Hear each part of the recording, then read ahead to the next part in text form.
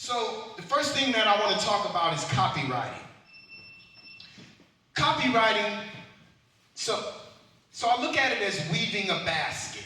You guys, along your journey, you guys are going to be investing in your music. But why would you invest in something that you can't see an ROI on? That's a return on investment. And if you don't weave a basket, you're throwing money out, but you have no way to get it back. BMI, Broadcast Music Incorporated, and ASCAP, they look out for authors, publishers, and represent songwriters, composers by collecting royalties for public performance of their music. Radio play. This includes their music on radio, television, streaming services, and live performances.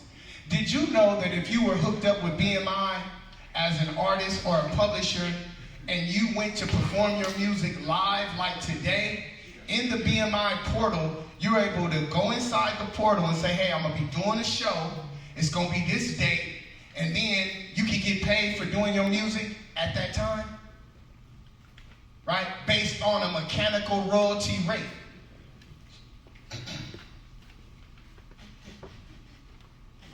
BMI and ASCAP tracks and collects fees from businesses that use music in their operation, such as radio stations, restaurants, bars, concert venues, and streaming platforms, then distribute those royalties to the members based on the frequency and popularity of their music performance.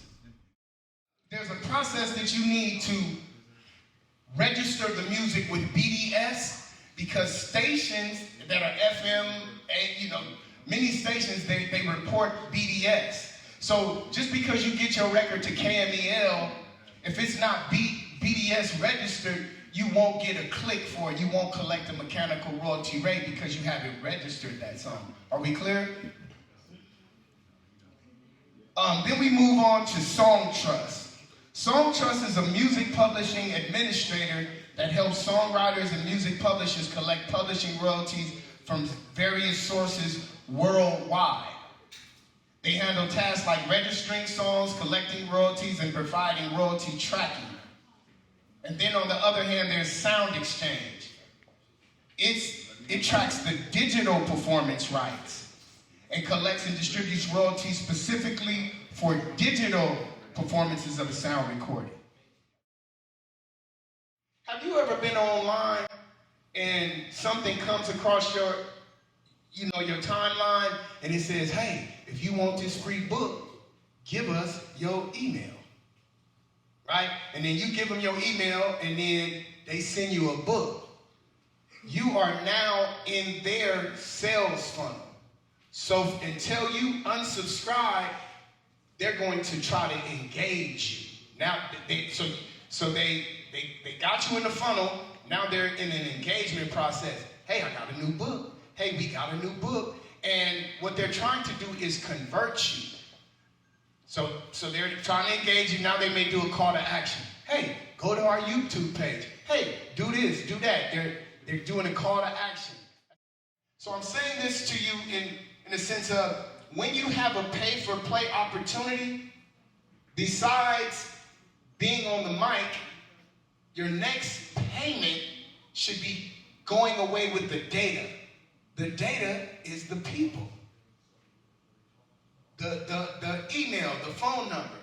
So if I was going to pay to do a show, I would have somebody with me, and they would have a piece of paper, and it would say, Wet Money, email, name.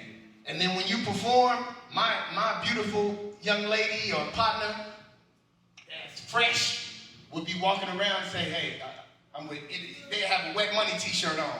They say, hey, can we get your email? Did you like that performance? Can I get your email? Too many of us only want to drop when we drop. You won't retain fans that way. You can't wait. You can't expect the person to wait on you to drop a video every 3 months, because many of us work. And so we're sustaining our careers with money from work. So that means we can't do it all of the time. So one of the things we want to do to prevent that is start taking control of what you can do. The iPhone, a good ass iPhone is on par. Long as you're shooting in 4K, you holding it this way for Instagram, you holding it this way for YouTube, or you can make a video this way, right?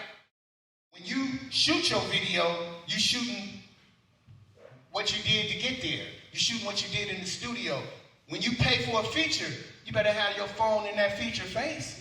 You better use his name, that person's name and likeness to add value to your release, or you missing the whole point. And then you're gonna take that hour worth of time that you paid for, and you're gonna cut that thing up in a bunch of little bitty pieces, and that's what you're gonna roll out going into your release.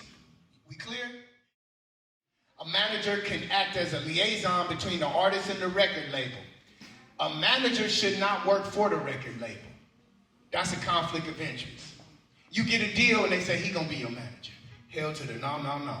Talk your shit, OG. I'm gonna have my own manager so that it's no conflict of interest and he can give me the best advice, which might not be in the interest of the company. You get it? Bring your own team. Also, sometimes at this point, their A&R departments are teeny-weeny.